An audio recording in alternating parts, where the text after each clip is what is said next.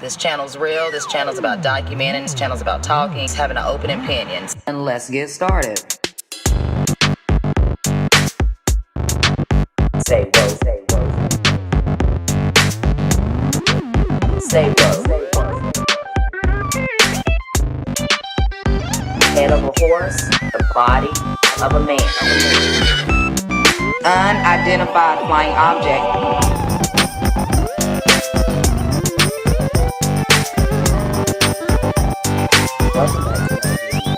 Welcome back to another video. What's up, peeps? Let's get into some crazy TikToks, conspiracies. I found some strange things and some things that get my mind going, so you know how I am. Let's roll. Paul Hellyer. Paul Hellyer, former High government officials disclosing extraterrestrials. Paul Hellyer. Paul Hellyer, former Minister of Defense of Canada, and he believes that life forms from space exist and are present on Earth. Why do you say that UFOs are as real as the airplanes flying over our heads? Well, because I know that they are. They've been, as a matter of fact, they've been visiting our planet for thousands of years. And one of the cases that would interest you most, if you give me 2 or 3 minutes to answer, is during the Cold War, 1961, there were about 50 UFOs in formation flying south from Russia to across Europe. And the Supreme Allied Commander was very concerned and about ready to press the panic button when they turned around and went back over the North Pole. So they decided to do an investigation, and they investigated for 3 years, and they decided that with absolute certainty that 4 different species, at least, had been visiting this There's more. planet for thousands of years. I think these are the main dudes, you know what I mean? But I believe that they have branches. You know, from left to right, from the bald-head guy. I think the long hair is the Pleiadians, you got the Greys, and you got the reptiles. Now, the reptilians, to me, are the ones that are controlling everything. And I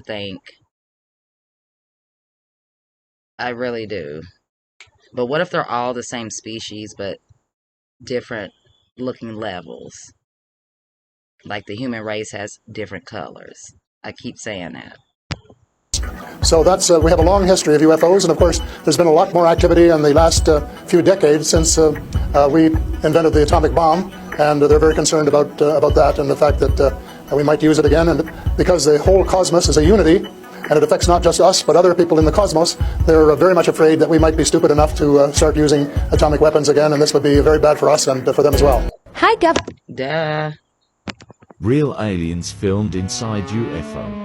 This UFO footage was filmed in Turkey in 2008. If you zoom in on the craft, you will notice something terrifying. I did a video on this, I think, when I first started my channel. But I've seen this before. Still is taken from the video you just watched. Can you see the aliens? I didn't see that, though. Excuse me, guys. I did not see that. This could possibly be the best footage of extraterrestrials ever filmed. But I did take a picture on my digital camera. I cannot find it. And I remember showing it to a couple neighbors. And it was this white-looking orb. Or glowing whatever. It was during a lightning storm. And I just was snapping pictures, and I honestly looked like they were riding the lightning bolt or in the lightning bolt. I don't know, but it was 3 figures within this aura of light, and one was the tallest, and there was like 2 on each side that was shorter, right? But they looked like they all had crowns, and they were, man, I'm telling you, dude, it was weird. Filmed. Is this real? Are they really here? Real? They're here. They have been here. If the universe is really 13.8 billion years old, This alien, allegedly. shouldn't there be aliens everywhere? Yeah, right there, allegedly. And if not, why not? I think it was Carl Sagan who said that Time travelers, reptilians undercover, allegedly. Maybe we're looking at one right now. that there appear to be either there's either a lot of aliens or no aliens, and either one is equally terrifying. Meaning if there are no aliens, then what we have here is very rare. And then aliens is more terrifying. More terrifying. I think it's more likely though, right? If the universe is 13.8 billion years old. Well, this is why I call this this is like a great physicist Enrico Fermi, who posed the question of like, where are the aliens? Now, a lot of people ask me, like, what about the aliens? Have you seen any evidence of aliens? I've seen no evidence of aliens. If the universe is really 13.8 billion. From the moment my videos exposing the world's first ever seen alien went viral, I have been seeing government vehicles outside my home. A couple weeks ago, I even saw a man investigating my property.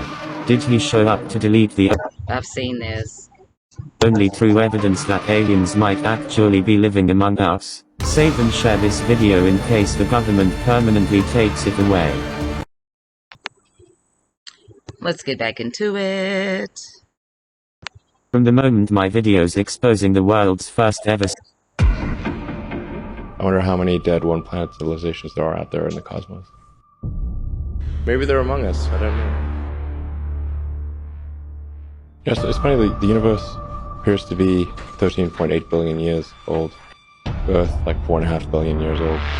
In another 500 million years or so, the sun will expand and probably evaporate the oceans and make life impossible on Earth. Which means that if it had taken consciousness 10% longer to evolve, it would never have evolved at all. They're trying to slow down the consciousness, allegedly.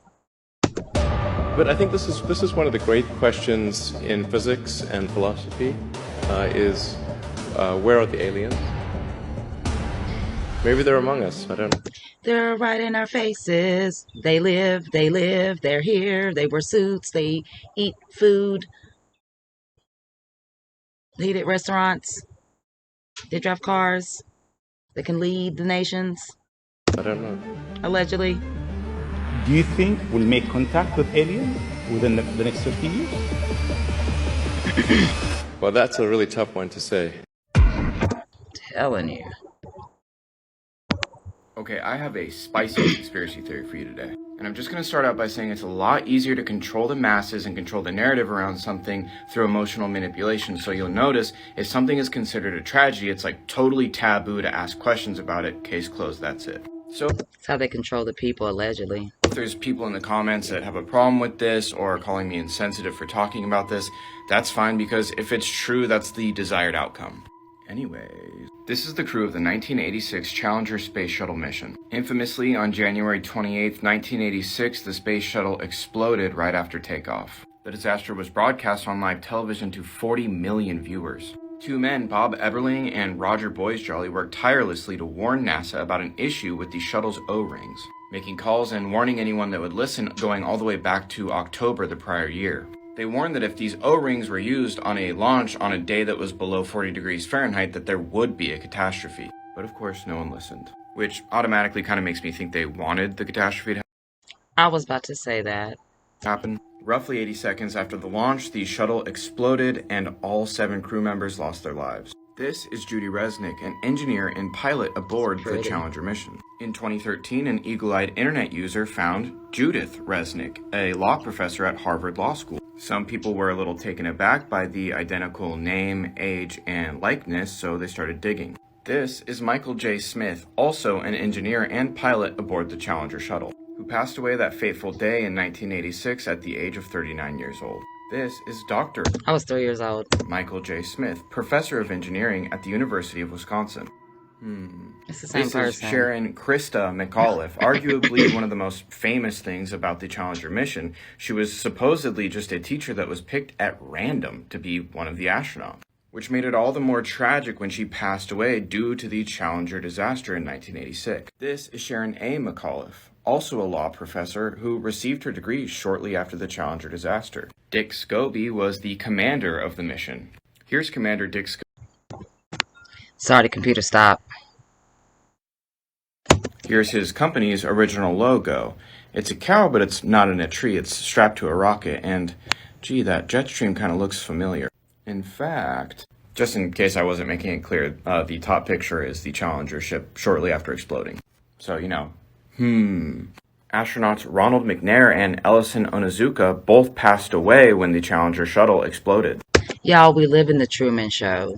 I'm telling you guys, nothing is real. This is all a movie, and we are in a movie that we don't even know we're in. Miraculously, it was found out that they both had twin brothers, Carl McNair and Claude Onizuka. But ancestry searches were done for both Carl and Claude, and there was no birth records found. And the odds of two sets of identical twins in a crew of 7 are astronomical. But that's just a theory. Rest in peace to the crew of the Challenger space shuttle mission. The lies. The lies. There's a Harvard professor who's convinced an alien spacecraft flew by our planet in 2017, and I'll explain why. Do you guys remember that space debris that passed through our solar system in 2017 called Oumuamua? Well, it was the first interstellar object ever observed, which means it came from outside of our solar system, which is just insane in general. But what's interesting is after analyzing it, it seems to be made up of Earth-like particles like carbon and things like that, which is likely because it was launched from a planet like Earth whenever a star exploded. What's really crazy is based on data collected while it was passing through our solar system, it appeared to accelerate on its own and follow a trajectory that made it easy to leave our solar system. Many people are convinced that it was aliens that passed through to watch us. I have no idea what to think, but what do you guys think? I think that it is what it is. If it's a quacks like a duck, acts like a duck, it's a duck, dude. It's a duck. Just saying, it's a duck. No matter how old you are, they have always told us we only explore 5% of the ocean. That's not true. But it's not that we don't want to explore what's in the ocean or that we don't have the technology. It's because for the majority of the 20th century, all we did was ocean exploration. Because the NACA, aka NASA, which was established in 1915, found things in the ocean that they did not want to return to. But what could it possibly be? Could it be aliens? Could the ocean be another entrance to the hollow earth? Could it be an advanced species? Or could it be dangerous animals that we I think it's all of the above. just do not have enough information on to study? Either way, with the world being made up of 70% water, there's room for everything I just said to be true. But one thing for sure though, there have been a number of UFO reportings recently, especially around the Pacific Ocean. Here I'm gonna show y'all video footage from the USS Omaha that was sitting on the coast of California in the Pacific when it encountered a UFO. In this video, you can see the unidentified object floating over the Pacific Ocean, moments before it plunges underneath. Was recorded inside the Omaha's command center just before 11 p.m. on July 15th. The image on the screen shows a 6-foot in diameter sphere that traveled alongside the Omaha for about an hour. It was pitch black outside, so the image was obtained via a thermal sensor. Personnel in the command center made multiple recordings of what was on the screen. At precisely 11 p.m., the unidentified sphere seemingly vanished into the ocean. Yeah, y'all see how crazy that is? That's not even the worst part. Right after the situation with the first UFO, 14 more UFOs over the course of 3 days were found on the radar surrounding the USS Omaha. I gotta take a look at this. Over a period of hours, crew members on the USS Omaha, which is located in the center of this radar screen, monitored the approach of the unknown objects, as many as 14 at one point, all around the ship.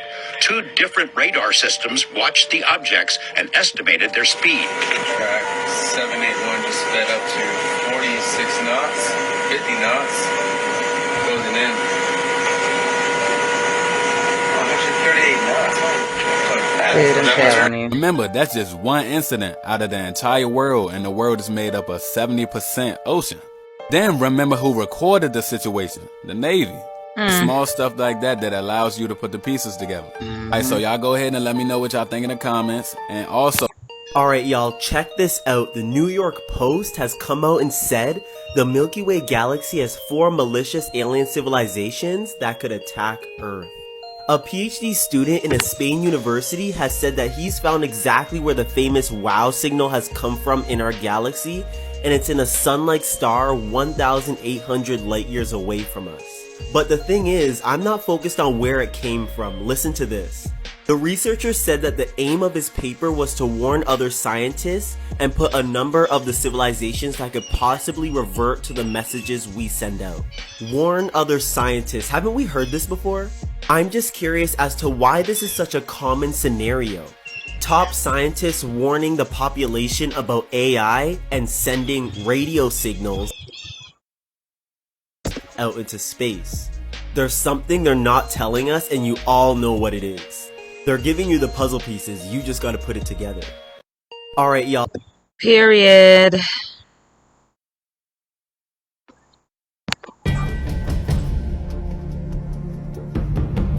The Syrians, hailing from the Syrian... There are more races. There's not just 6. Why do they keep pushing this narrative, allegedly? B star system. The Syrians are as advanced as they are ancient. Throughout history, they have imparted their knowledge to human civilizations of their choosing. The short grays, also known as the Zeta Reticulums. The grays are some of the most well-known aliens. They are commonly... They look closer to us humans. I think they were genetically created and, advanced from our species or whatever, our genetics. Depicted throughout alien pop culture and are the culprits of most alien abductions. The tall grays, standing 7 to 8 feet tall, hairless and pale, the Gray Masters are the ambassadors of most meetings between human and alien forces.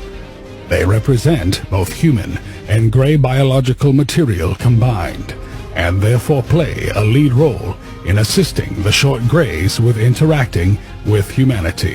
Interacting, manipulating, allegedly, controlling, Truman Show, cover-ups, foods, V's, disease, allegedly. The Alpha Draconians, Evils. corrupt and vicious. The Alpha Draconians. I was about to say something, but I'm not going to even say it. But those that know who I may be talking about that are connected closely to the known to be reptilians, then we know. Infiltrated human society thousands of years ago and are the oldest known reptilian. And what if these are the dinosaurs?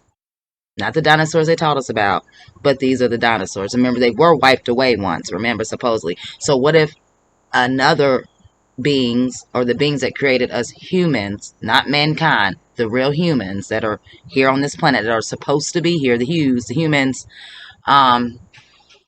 what if these were the aka dinosaurs that were wiped as much as they could be off the planet, and the ones that left either went down, went up, went somewhere in dimensions and bonded back together, connected with other races, which is more than 6, and now we have the Truman Show, which is called Planet Earth.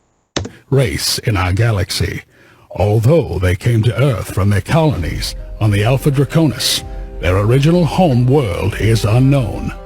The native reptilians, often confused with the warrior caste of the Alpha Draconians. These reptilians are said to be native to Earth.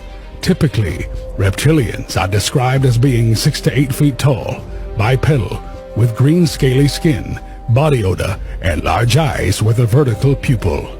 The Anunnaki. According to scientists, there is a 12th planet in our solar system, known as the possible Planet X. They refer to this planet as Nibiru, which is located somewhere beyond Pluto. Man, it's real. If you like this video, share it. That's real. Just saying. About to cut this. I'll be back.